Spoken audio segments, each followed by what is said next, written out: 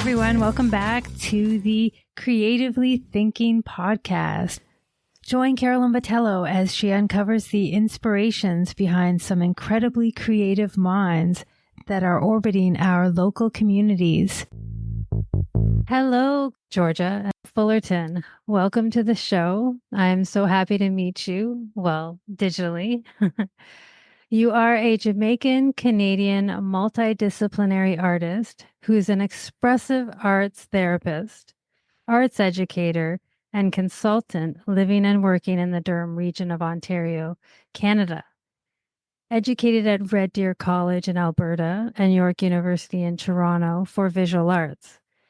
After experiencing a personal trauma that led you to heal, study, and train as a creative arts therapist at the Create Center for Expressive Arts Therapy and Education Institute in Toronto, this has led you to teach arts-based groups such as creative writing, drama, movement, and visual arts for youth, adults, women's groups, and homeless shelters in collaboration with local school districts and long-term care facilities to provide opportunities for self-expression.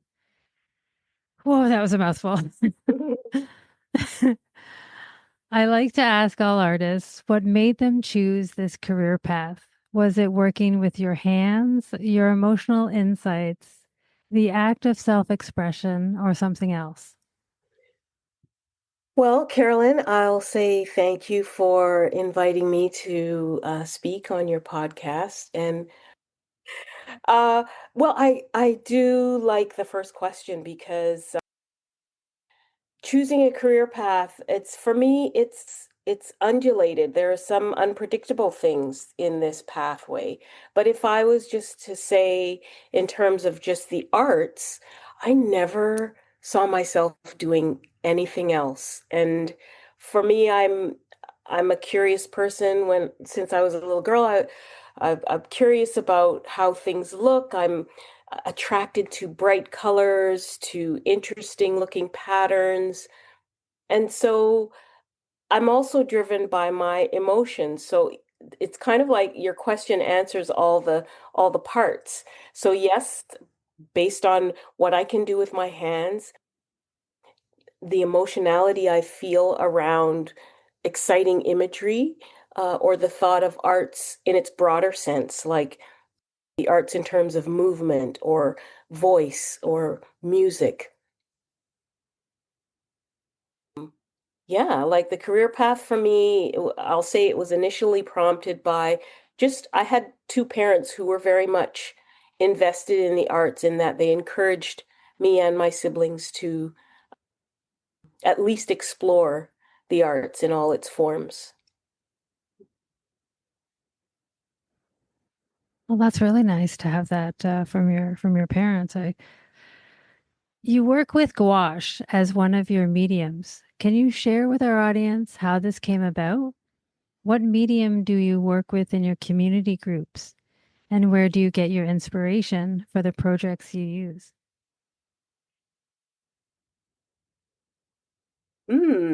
Ah, gouache. Gouache is a new, I guess, rediscovery because it is one of my mediums.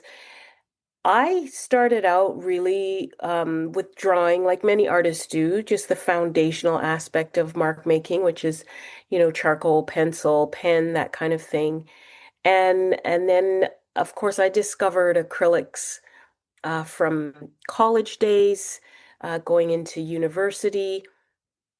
And when I left post-secondary education, I tended to use a lot more acrylic, but I wasn't using acrylic in its very concentrated form. I used to water it down a lot and I use it in a way that looked like watercolor. And I really love the idea of layering. But most recently, using gouache has just been a way to express the abstract work that I do. I find mediums like acrylic or watercolor and gouache as well, they do really work well in communities just because I do workshops that are based on therapeutic arts and not necessarily with an end product or end image in mind, but an experimentation of how primarily any water-based paints are very unforgiving, right? You can't necessarily control it all the time, and sometimes we need to let go of that control. So when it comes to using mediums in community groups, many of us are in our heads about our problems and our challenges. And so using gouache or any sort of water-based paint is helpful. And I would say, where do I get my inspiration for these projects? That is a really good question because nowadays, what do we have? We've got Chat GPT where we can just plug in some information, right? And it spits out a project or a way of approaching a workshop. But I think for me, inspiration comes from, first of all, the demographic that I work with. And that varies. I have worked with young people. Currently, I'm working with Black moms. So these are new mothers. Some of them have 2 or 3 children, but it's within a community setting. And, like with anyone in the world, we all face some Mhm. level of trauma, be it low level or high level, deep or shallow. And aside from paints, one of the products or the mediums that I use is actually clay, because clay is really grounding as a medium, and it helps you to almost Yes. metaphorically be closer to earth. Yeah, I totally understand what you mean. Oh, Yeah, there was another artist that I just spoke with, Noi Kurimatu. She deals primarily with clay and suggest you take a listen to her stuff because yeah, clay it just has such a powerful effect on people when they use it. It gets you so in touch with just the earth and it's just fire, earth, water, and it's just like it gets you so in touch with your feelings, with it's such a powerful medium, yeah. Mhm. yes.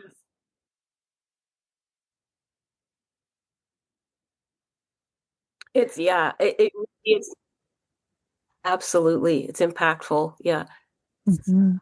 Oh, that's good. You've got some other artists who are bringing in those kinds of materials. It's really effective, especially Your in the work has therapeutic had arts, you but intersect overall, yeah. some profoundly unique roles as a Black woman, single mother, arts educator, arts therapist. How have these roles impacted or benefited your creative practice? That's a big one, isn't it?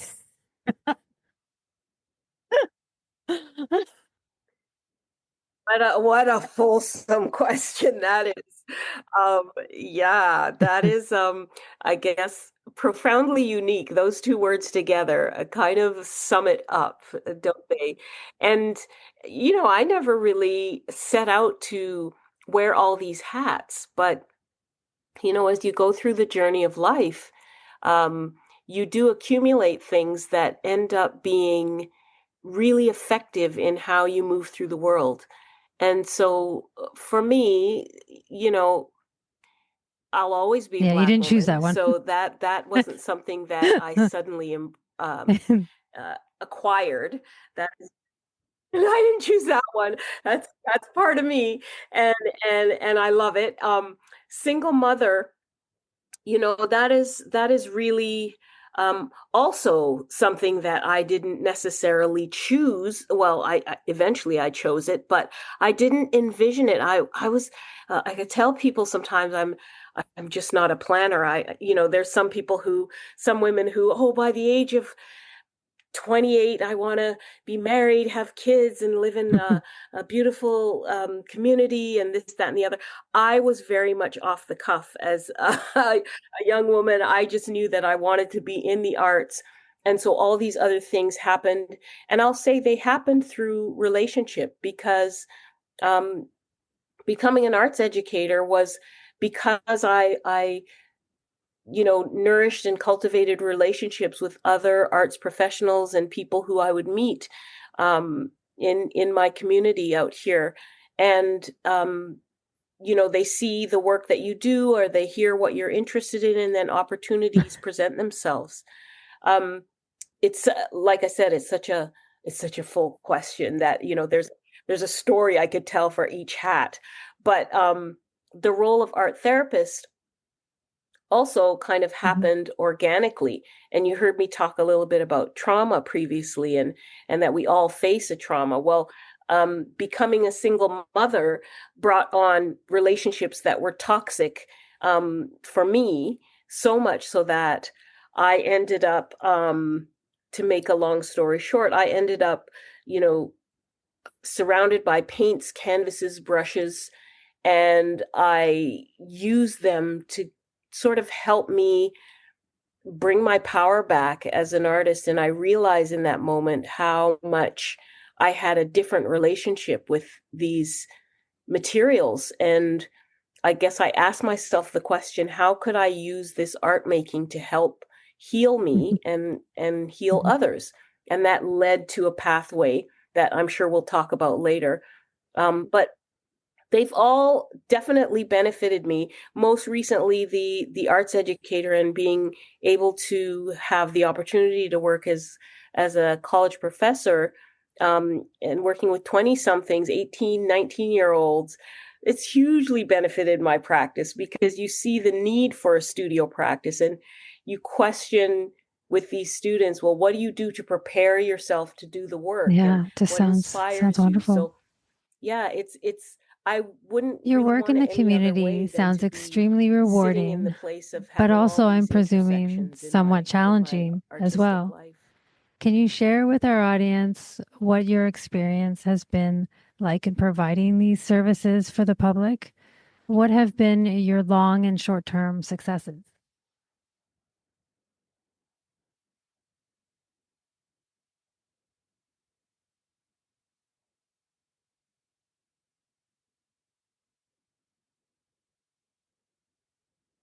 Hmm. Wow, yeah. That's a really good question too, because sometimes you don't even know what you're going to come up against. You don't know what you're going to encounter, right? And and that goes for all of these things. As a Black woman, you're going to encounter certain things, and how does it match and align with you being an artist, and how are you viewed? I feel like, for me, my experience has been one of continual learning. And that learning comes through, again, relationship, and what externally, I notice, I'm witness to, and how does it impact me internally. And I guess that's where I can kind of determine what has been rewarding, and what has been like challenging in a not great way. But I think, when I think about myself as, someone who's been in the arts for over 30 plus years, um, the title of leader, um, never naturally came to me until the last couple of years. But when I see how folks, like, for example, watch me on social media and see what I put out, I'm always, uh, embarking on a new project, or um, public artwork. And I really love how people embrace the work that I do and encourage me. Um, when I think about taking off the arts educator hat, or even the practicing artist hat that I wear all the time, but I tilt it to the side a bit just so I can sit as a counselor and a therapist. That in itself, I realized back in 2023, um, I had to leave the clinic that I was working out of. I was doing counseling and expressive arts therapy, because it got to a point where I really felt responsible for these individuals' lives. And, you are sitting and witnessing people talking about extreme traumatic experiences, and how Mhm. much invalidation they got from family members. And, you know, I would have, 10-year-olds who were cutting themselves. So you get the extremes, right, of people who are struggling and suffering, and you're absorbing all of this, and you're figuring out, how do I continue to show myself self-compassion when Mhm. I'm sort of being here and trying to help these people find a healing pathway for themselves. So those challenges were real. I worked in the clinical setting from Yeah. 2020, just when COVID hit. And it was crazy because there was a huge need for people looking for therapists at the time. You can imagine the mental health and the situations of people finding themselves in at home when they're typically, out at work. They don't have to deal with their addictive parent, or all these things that were going on. So from 2020 to 2023, I was in the clinical setting, and it really opened my eyes to how impactful what I bring is. um, and I think that experience helped me to solidify what I wanted to do in the long term then. And so 2023, I left the clinic, and another door opened, and I ended up teaching at Durham College, which I'm still here now, but in a different capacity, not in a therapeutic way, but in an instructional way, where I'm teaching um, studio practice and second year painting. And in that regard, um, the mental health issues were still prevalent with students. And so I realized, wow, I can kind of marry these two pieces of experience and really create a beneficial long-term um, career for myself, and find a way to really be in There's so community much and help. stresses going So that's around, how I would answer especially that when the question. pandemic There's probably hit, always more to say and about it, and it's just so evolving, many right? sort of So interfamily conflicts and disputes and like just the relationships that are really, I don't know, just there's so much stress there with the pandemic, and then just all the other issues that are happening inside those families, and just I can just imagine what a burden that would be for somebody in your sort of in that setting in the clinic, where you're just it's all these people sort of unloading on you, and you're taking that in, and you're taking that home almost, to see how absolutely. to see, like, it's in your head and it's in your body, and you're like, how can I untangle this and make them better, or just, like, you just want to help, like, I just think it's Yeah, kind of normal for everybody to want to help others. So I just can totally understand why you wanted to shift your focus to more of like the college instructor sort of position, absolutely. where Yeah, you're not bombarded with all that emotion, right? It's more like you're in a practical sort of structure and setup, where it's not quite as emotional.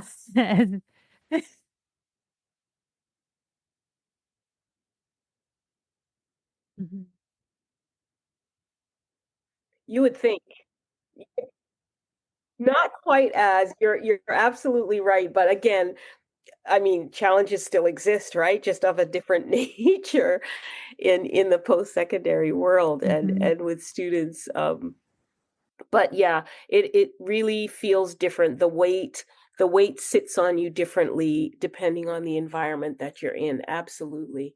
Yeah. Being an abstract expressionist painter, how did this influence you in obtaining a recent Scotiabank Arena commission? Can you elaborate on this for our audience? Also, what were you meaning when you were quoted as saying you made history with this event?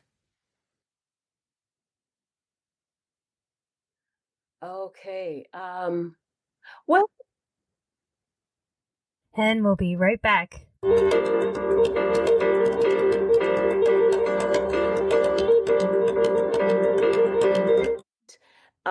but it was also, but no, if I think about it, the Scotiabank Arena one was also a history. Yeah, no, you know what I thought, and because yes, we review some of these questions, and but I'm thinking that I'm wondering if you're thinking about the Royal Ontario Museum um, event because I know that was a history making event.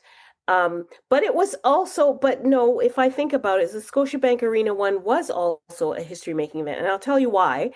Um, I'll start with that first of all, because the Toronto Maple Leaf Sports and Entertainment Corporation were they, of course, are in charge of the Scotiabank Arena. They have the Raptors, they have the Maple Leafs, they have Live Nation concerts. And for the first time, Scotiabank Arena was developing or having curated a permanent art collection, public art collection.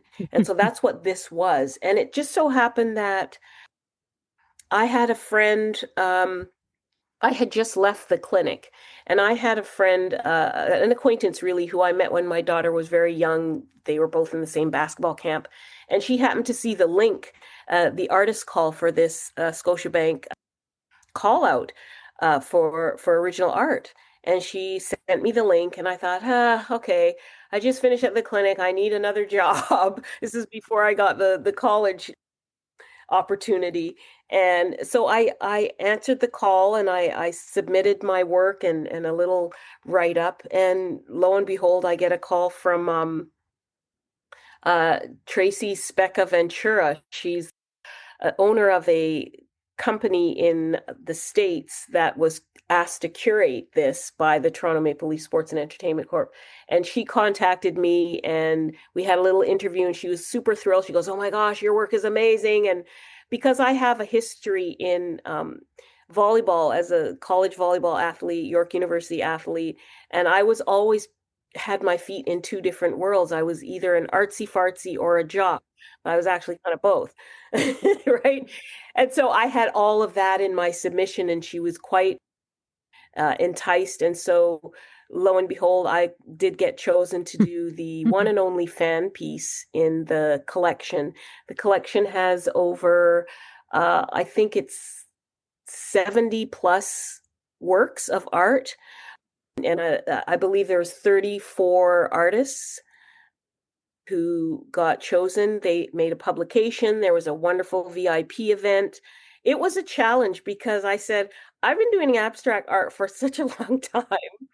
And how am I going to do this fan piece? But I ended up pulling out my old print um, days. I worked in print production for years, so I ended up using Photoshop. And really, you had to use the photographs that were provided by the Toronto Maple Leafs photographers that they commission. And I had to use their work and get it approved. And it was a whole summer of me in my garage and my daughter bringing me tea and food and while I painted for hours and hours. It ended up being over 250 hours of work and 22 portraits overall. But I'm coming from a place where in the past I did do portraits and figurative work. So it was nice to kind of challenge myself. And I said, I'm not quitting. This is going to be up in Scotiabank Arena and it definitely is today. Yeah. I Wow. faced it. You faced the challenge. Wow, that is that is really Thank you. impressive.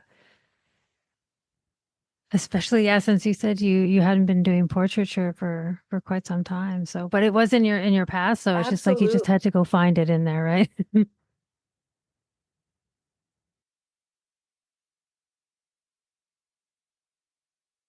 This may seem obscure, but one I like to ask artists. In your practice, what would you say is your main focus when creating? Is it line, form, color, or a combination of these elements? Or is it more complicated than this?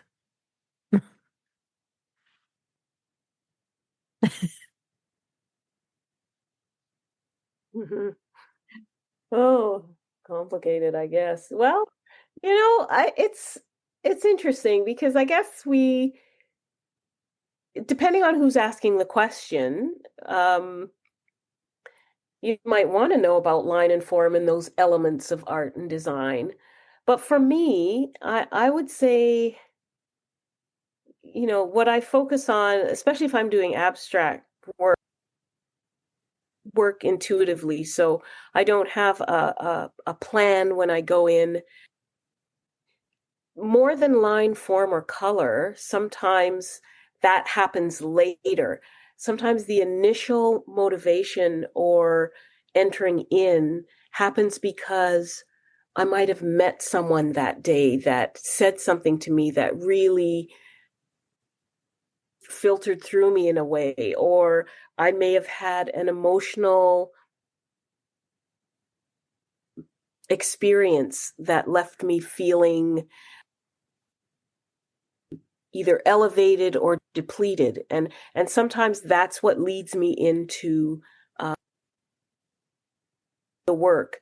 But when I'm actually focusing on creating, I might be almost in what we call in expressive arts liminal space. Some people might call it being in the zone.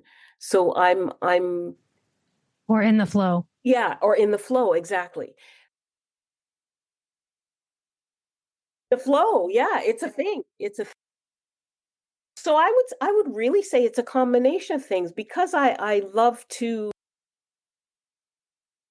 sort of expand on an emotion or a meeting up, or sometimes like this morning I'll tell you one thing that I did. I'll soon be taking some studies, and I was in Indigo, and I can't remember, looking for a book called Spirituality. I didn't find the book, but when I came out, there was a woman who just came out of her vehicle, and her hair was this beautiful salt and pepper, mostly salt. And she saw me and she says, "Oh my gosh, I love your hair." I said, "Oh, I was going to say the same thing." And we ended up talking about hair for a little while. And then she said, "Well, I want to just give you this in case you're interested. There's a wonderful website." And she was a person who was promoting her own spirituality and religion. So she gave me this pamphlet on her religious practice. And it's just those sort of serendipitous things sometimes that stay with me through the day, and I might go home and paint an abstract piece based on that, or a little study. So it could Mhm. be line, form, color, but it could also be relationship, emotion, texture, circumstance, experience, right? A combination. Yeah, there's so many other layers to that can happen. I didn't even Absolutely. think of Yeah, all those other influences that can lead you to create. that's it. Leading you to create. I like that. Mm. While researching you, I discovered you work with archival ink markers. What is your ultimate goal with using this medium? Is it longevity, creating work that becomes archival in a historical context, or something else? This is such a rich question from a simple thing like ink markers, right?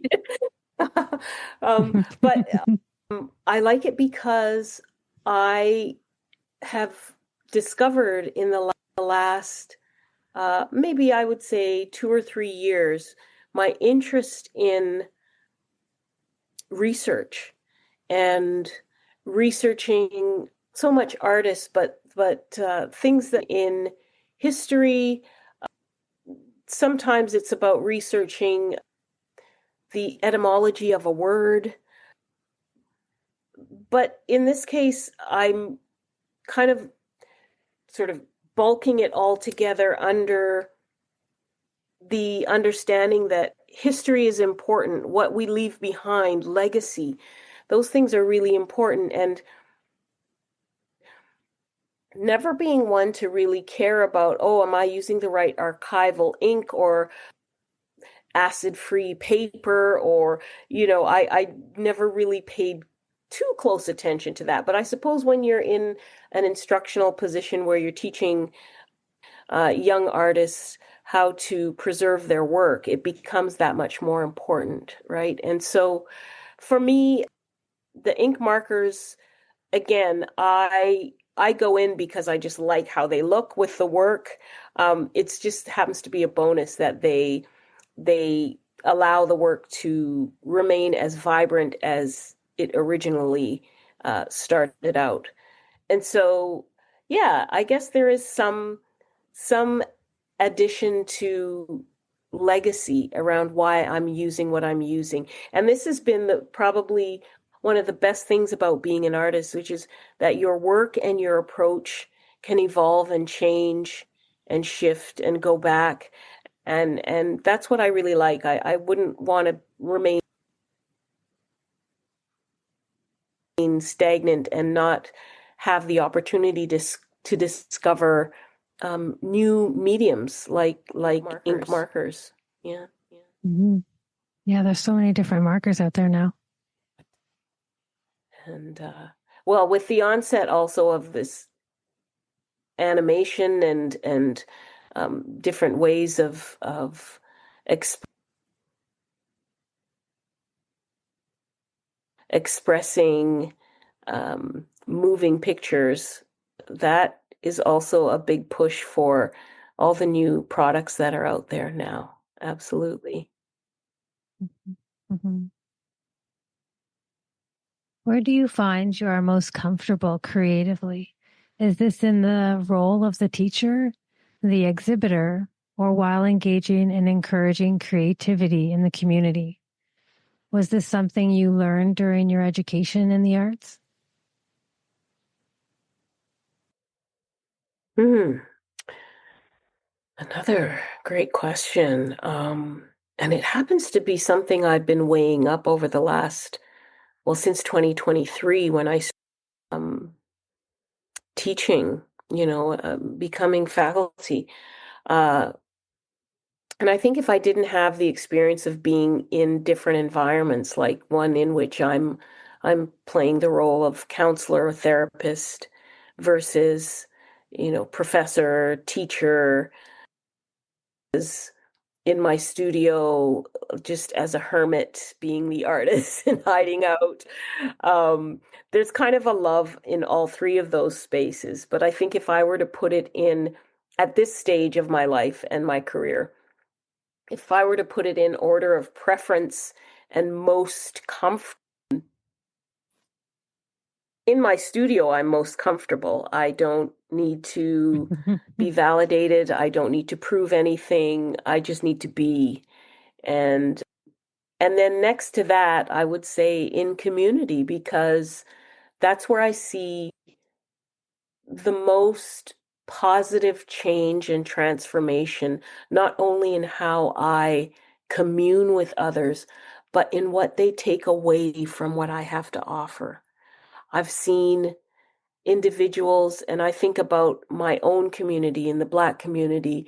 I think about how much trauma and post-traumatic trauma and intergenerational patterns and curses have come to the surface because people are now paying attention to mental illness and Finally, mental right? health and finally, and ways of healing that have been around forever, and not just in the indigenous culture, but in the Afrocentric culture. It's worth paying attention to all sides, right? And so I think about my little piece of it, and there's so much more for me to learn or to reach back forward, that I think where I want to be most comfortable is in community and to engage with community in a more spiritual way. I call it that because, I think religion, uh, as far and wide as that goes, has placed a lot of suffering on peoples. And I think when I consider the spirituality that I need in my life now, I think that's what is the next stage for me in comfortability, in community, in creativity that I bring to community. And even as someone who identifies as I do as a Black woman mother, there's a huge piece there that I want um, to bring and have those mothers be comfortable among each other, so that they can uplift and support one Mhm. another. So what I learned at in my art life, that um, change can start with just one person, and so change can be something as simple as making folks aware of how huge the impact of the arts is in your own healing, in your own self-actualization Mm-hmm. also. Can I interrupt you for a sec? Because you keep focusing, or you're mostly focusing on what people are taking, but I think you also have to remember what you are providing and what you are giving in the community yourself. Because I mean, I think from what you've been saying, it sounds like yeah, that there's so much that's happening in these sort of community spaces, it's kind of creating an additional weight to the practice that you're bringing to them. But you also have to remember how sort of what you are giving back to this community. Like I know it's like you're thinking of it in complex terms, which is understandable, but you have to remember that you are also giving a lot back to A this reminder, community. because like I said at the beginning, there's things that I um, embrace or I with or identify myself with. This playing small, this not seeing the huge impact for what it is. And so that's a good thing you just brought up. It's true. I am, and you know what? Sometimes humility isn't always attractive. Sometimes you have to blow your horn and, let your light shine. And that's the place that gifts are given. So yeah, I'll take all of that. I'll take all of that, Carolyn. And I think that being an artist, you're also probably really just critical of yourself and just in That gifts are given. So yeah, I I'll take all of that. I'll take all of that, Carolyn.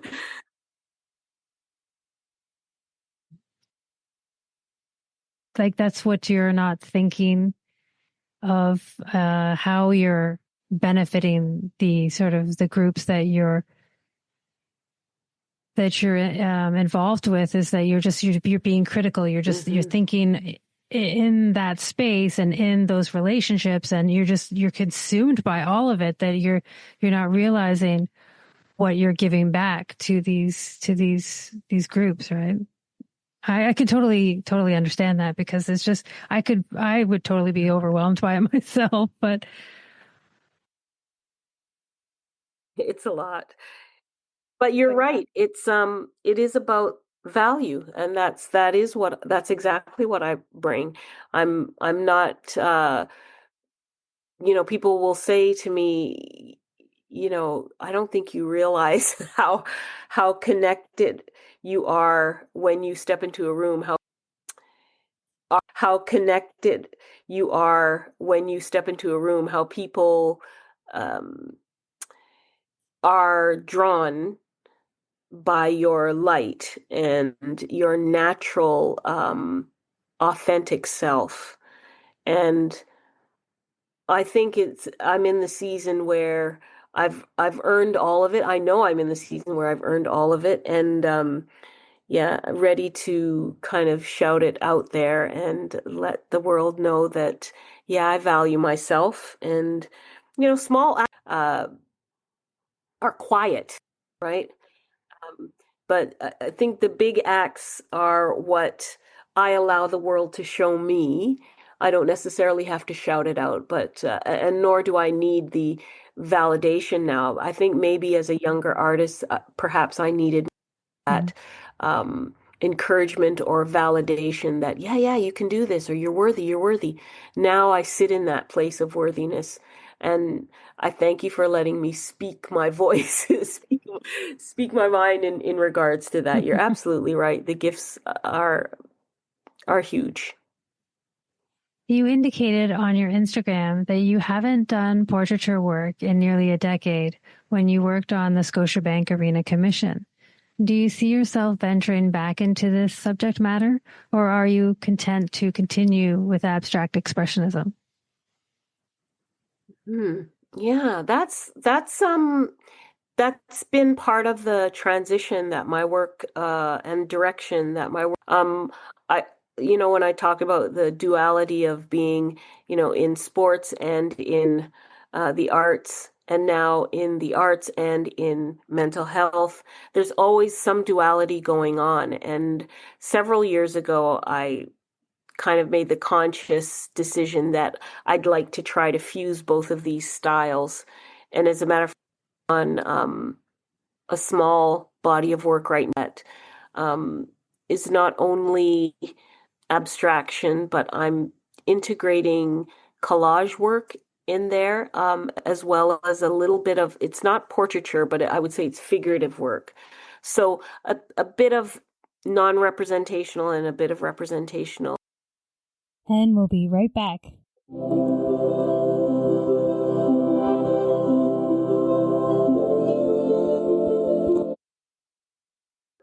So a bit of non-representational and a bit of representational work. I love abstraction because I think it's so wonderful to have people view it and interpret their own meaning from it. It really speaks to also what I do in the therapeutic space. Um, People finding their own meaning. But I also love how collage work can tell a different story, and they really do work well together. So I'm seeing in an upcoming exhibition I'm having what that's going to look like. Um, That's so good. Yeah. I appreciate the It's nice question, to actually. see when sort of styles can blend or become something else. Mhm. You may have already answered this, but Agreed. can you share Agreed. how you became involved with the Ontario Expressive Arts Therapy Association? Because you went to school for this position. Was it the direction you knew you would take when you first began as an artist?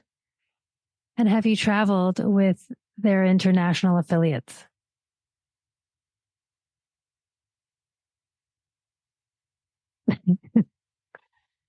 Well, traveled, I guess in a way I have traveled through my life experience. So back in 2010, I met my own traumatic experience. One that, first of all, put me in hospital. Second of all, as I was Mhm. speaking on, everybody meets their own trauma, I ended up back in the matrimonial home of my then husband. And by the way, he wasn't the one who put me in this traumatic situation. I had left the marriage and came back. I wasn't sure if you wanted to talk about this or not, but Yeah, I'm telling my story now. So, and I have in particular groups I have, and I think that it's important to be able to be transparent at this point in my life. And I think people always want to know the backstory, to how did you get from here to there?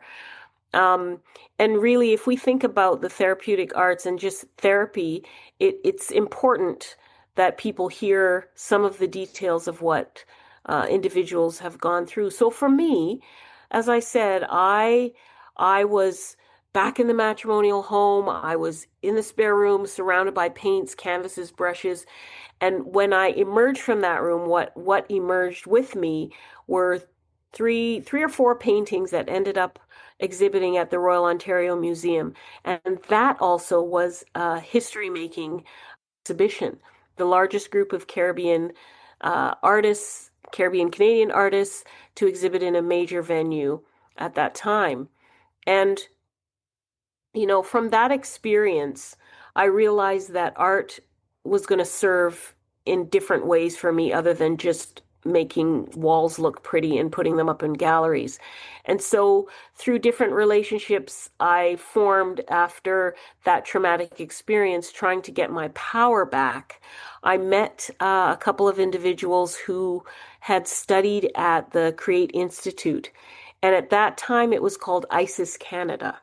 And so nobody remembers the Greek goddess Isis, Oh, but I do. it, She collected the bones of Osiris. I remember that. that's it. Yeah. So you're a creative, so you would know. But at the time, of course, it was controversial to have that name. Yeah. They've had the name for 25 years. It's a private college in Toronto. I studied the expressive arts therapy training program for 3 years, and it was in that time that I discovered all these other resources that I had. Oh, Georgia, you've got this voice you can use. You can move. And because it was all modalities of the arts, it was just what I needed as part of my healing. And, healing is a journey, it continues on. And as I always say, trauma is always within reach. It just takes, a song, a person talking about their experience, a particular environment, a scent that could actually bring back on that trauma, right? And so I got involved in the community of expressive arts therapy. I began to develop my own practicums. And because I was in Durham region and not in Toronto, I had to develop my own within this area. And to know, school boards, community organizations, youth groups, women's shelters, and I did the work. I I continued doing that and brought it online during COVID. And of course, the expressive arts community is far and wide. You've got the International Expressive Arts Therapy Association, in which I did offer them a few workshops and did some online stuff with them. And it's just been now just a part of my makeup to include all the work that I've done and just continue on. I found out that I really have a skill in this stuff and I'm able to make transformations and have people realize that they have magical and amazing resources in, and my ability to help them unearth those resources is what has kept me in this field, and I continue to expand on what I know already and just learn more every time I meet up with others. I'm gonna add one thing to this too. Have I traveled with their international affiliates? Well, I haven't traveled necessarily, if you could, unless you call Mhm. virtual workshops traveling, but I have done work, yeah, in that regard. And then as Sort people of. Yeah. hear about me or attend a webinar, whatever, I invariably get asked to come and speak to this or that. Last month, I spoke with the Markham group of artists. And these are artists who have their own collective and they exhibit and so on. But I spoke as an art therapist, and the amount of people who came up to me and said, "Oh my gosh, I do sensory work with art," or I work with felt, and it's so therapeutic." And it's until you open your mouth and talk about it, sometimes people are not expressing and sharing. So that's what's wonderful about traveling around and bringing this Mhm. to others. Yeah, you're showing them all the resources that you have, and then it just helps them share what they have in themselves. That's right. Mm. That's so true. Are you involved with the Dreaming Us Forward conference? Was this partially created by yourself or was it a team effort? How do community members ultimately benefit from joining these groups? Mm. Wonderful. Dreaming Us Forward conference was dreamed up. I have a couple of colleagues again from the expressive arts community. One is Susan Dorter. She is counselor at McMaster University, and she's also an expressive arts therapist and registered psychotherapist. I happened to meet her along with another associate, Terry Robertson, from the community, and we wanted to come up with educational guidelines for practitioners who wanted to open their own expressive arts therapy school. And so we sat on sort of our own committee along with the founder of the Wheat Institute, which is the Winnipeg Holistic Expressive Arts Therapy School in Winnipeg. And as we sat together online and talked about the different guidelines that we could create, and we began to create that, the Wheat Institute was having their 10th year anniversary.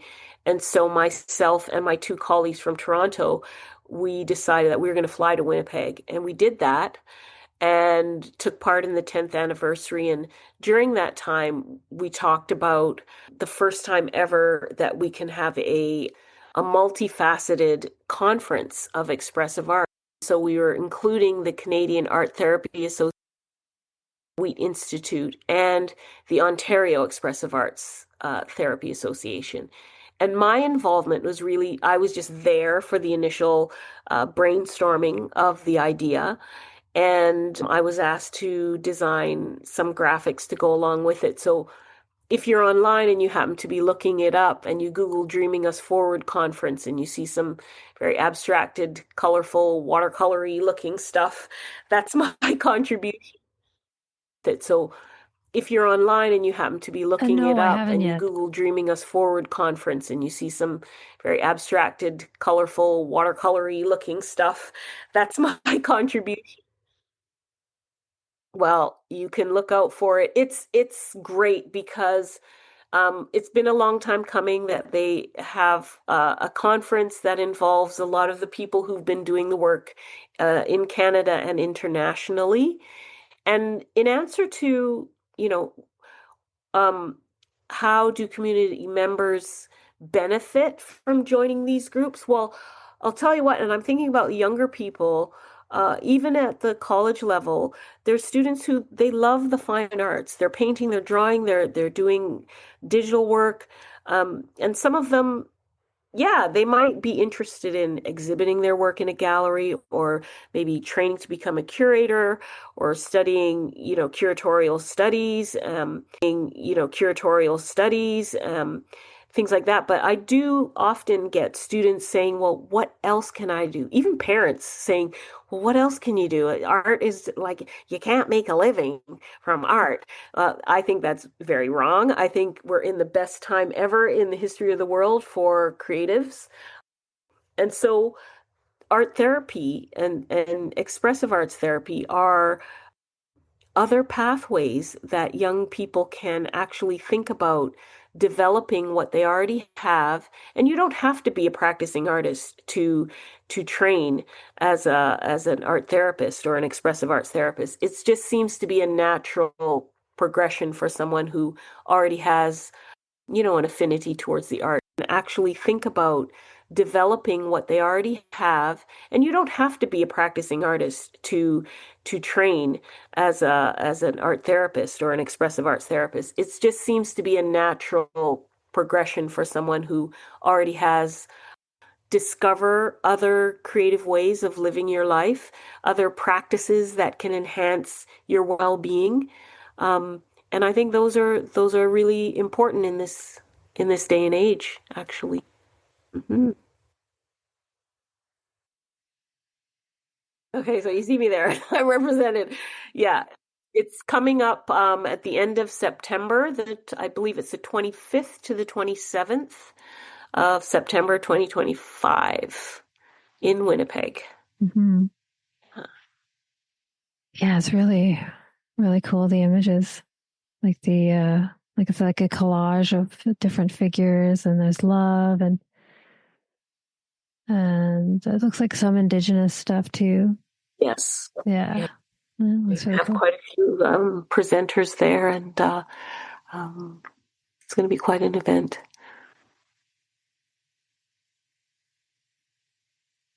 Hmm. Yeah, it's really, really cool. The images, like like it's like a collage of different figures, and there's love, and it looks like some indigenous stuff too. Yeah, yeah, looks really cool.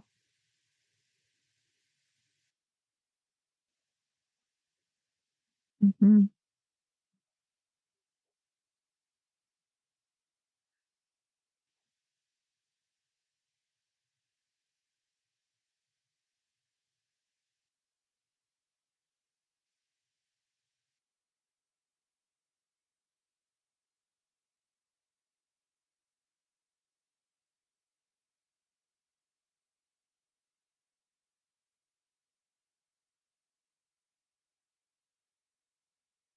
Oh, continue being an artist.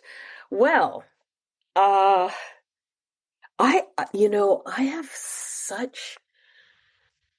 I love how things change, shift and change. You could ask me this tomorrow and then next week and the week after that, I probably have a different answer every time.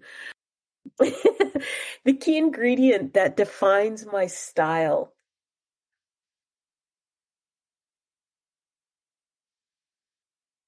it's a, it's an embodiment. My style is, and I may not be using the artistically correct words, but ways in which I would define it is, again, intuitive.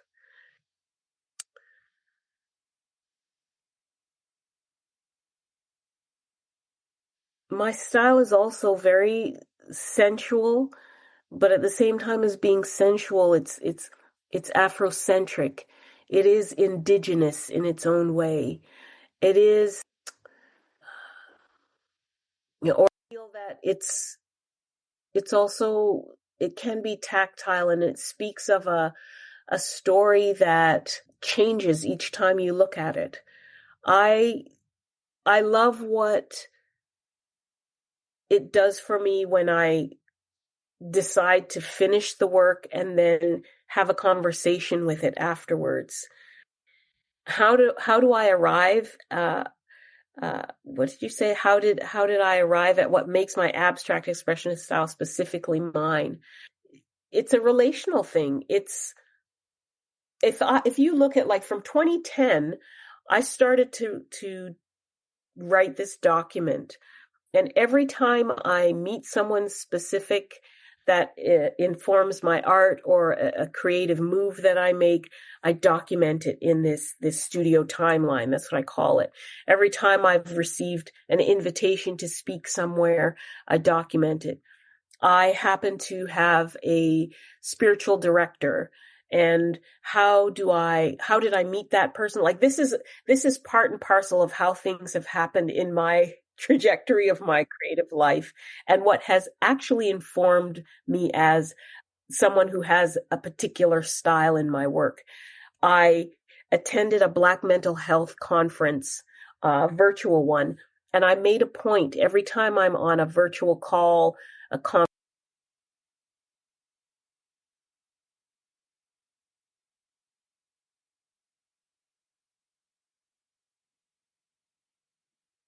Oh, yeah, like not the technical, I guess, with the the letters and numbers and yeah. Yeah, but this one sounds much more rewarding for you. Hmm. What would you say was the key ingredient, and what defines your, after you receive your education in psychotherapy, will you continue being an artist?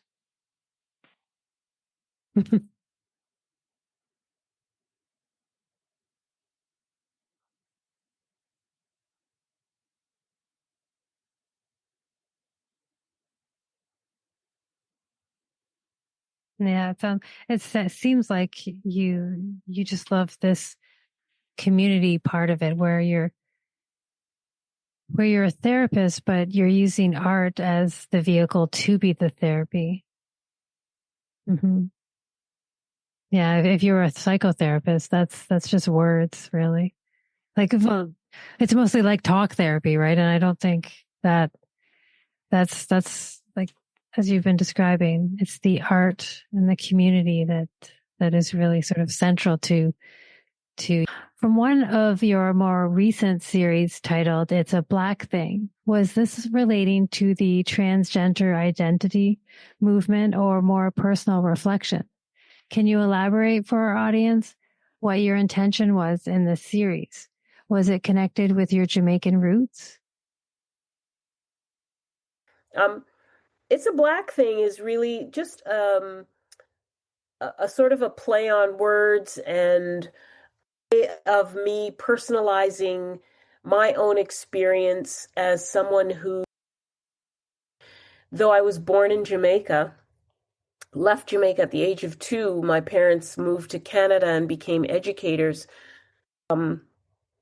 We moved to a small town called Edson, Alberta, at the time 4,000. We were one of two Black families. And so, people tend to think that certain behaviors or interests when it comes to Black community are somehow they stereotypical. Oh, you must like basketball, or you must like this type of music, or um, you wear your hair this way because everybody who looks like you does. It's a Black thing for me is completely an adjacent thing to what people might think. So my upbringing as a Black girl was quite different than perhaps many Black people, let's just say in Ontario or in Canada. They may have spent more time in the Caribbean or Africa or any other Black nation that they may have come from in the States. For me, I was accustomed to being around a variety of other cultures, and that might be the backstory to perhaps where it's a Black thing grew. How I show that in my work, again, it's as simple as me. I want to do a series that just focuses on Black as the color choice.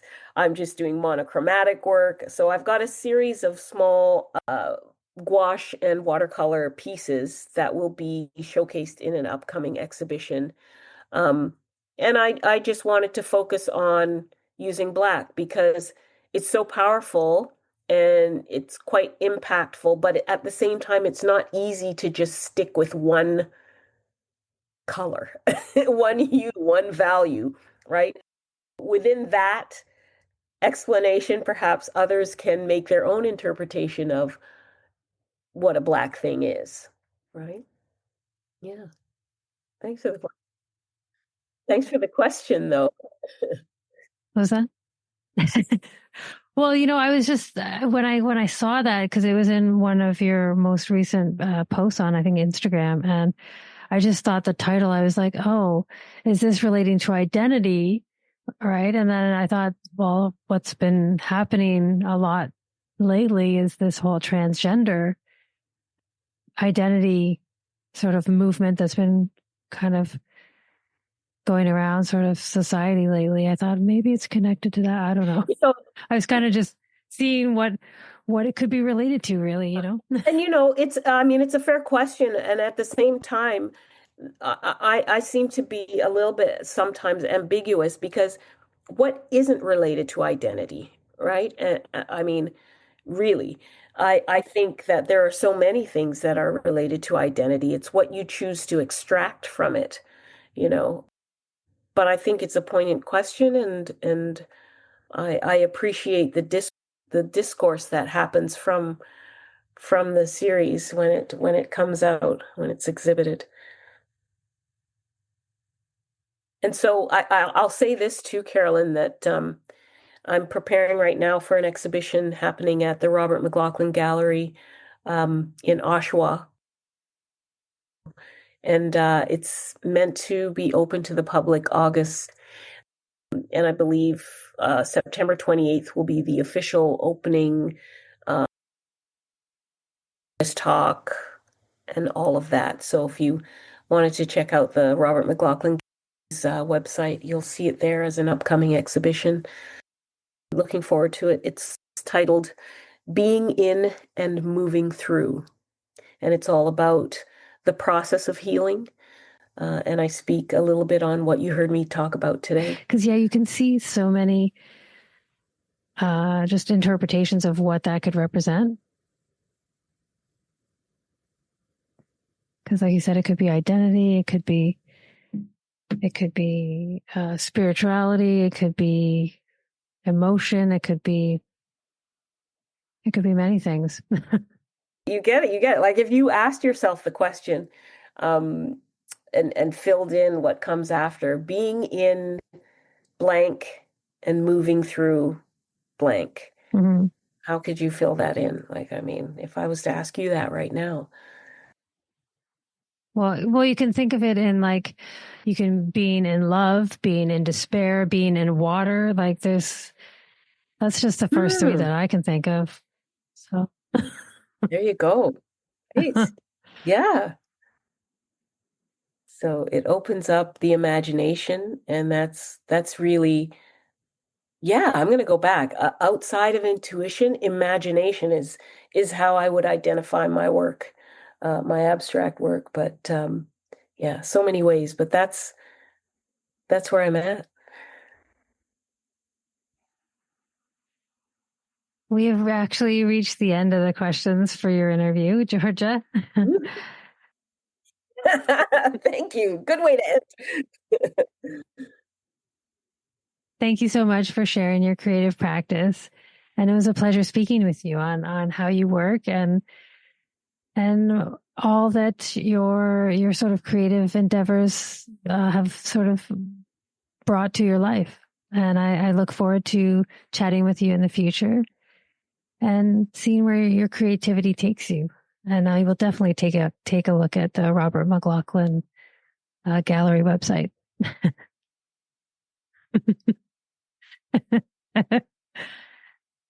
Thank you so much for sharing your creative practice. And it was a pleasure speaking with you on how you work but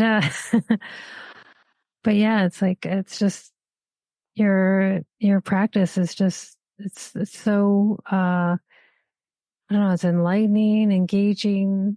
It's just illuminating. There's so many aspects to your practice. It's just yeah, it's just really nice. Thank you so much, Carolyn. I appreciated this opportunity, and I'm definitely looking Mhm. forward to not only listening to this recording, but also your previous work, and just sending you lots of love and light.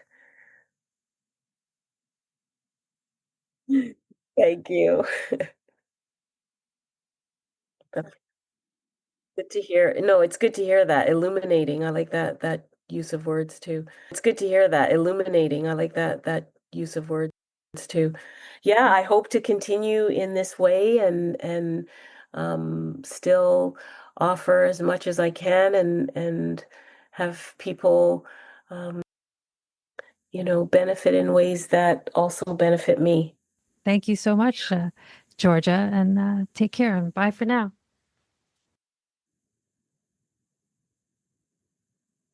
Bye for now. Take care. Join me next time as I go down another rabbit hole with another creative professional on their insights, their inspirations, and their ingenuity.